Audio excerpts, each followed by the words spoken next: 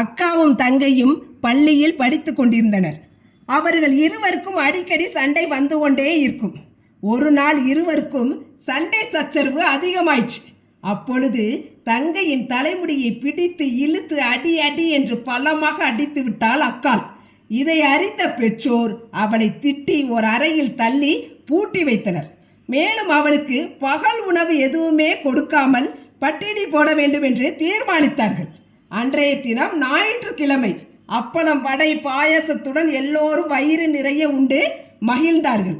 அக்காள் பட்டினியா கிடப்பாளே என்று இறக்கப்பட்டு பெற்றோருக்கு தெரியாமல் உணவை எடுத்து சென்றாள் தங்கை. தூங்கி கொண்டிருந்தவளை எழுப்பி சாப்பிடச் செய்தாள். தங்கை தன்னிடம் கொண்டிருந்த அன்பையும் தான் அவளிடம் நடந்து கொண்ட மூர்க்கத்தனத்தையும் அப்போதுதான் உணர்ந்தாள்.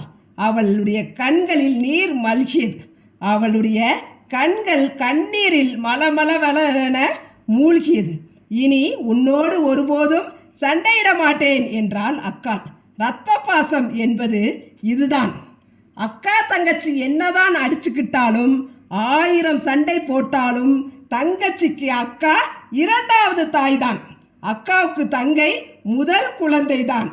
ஆக சண்டையிட்ட அடுத்த நொடியே சமாதானமாகும் ஒரே உறவு அக்கா தங்கை உறவு. அக்கா தங்கை பாசம், இந்த அன்பிற்கு இணை இந்த உலகில் வேறு எதுவுமே இல்லை.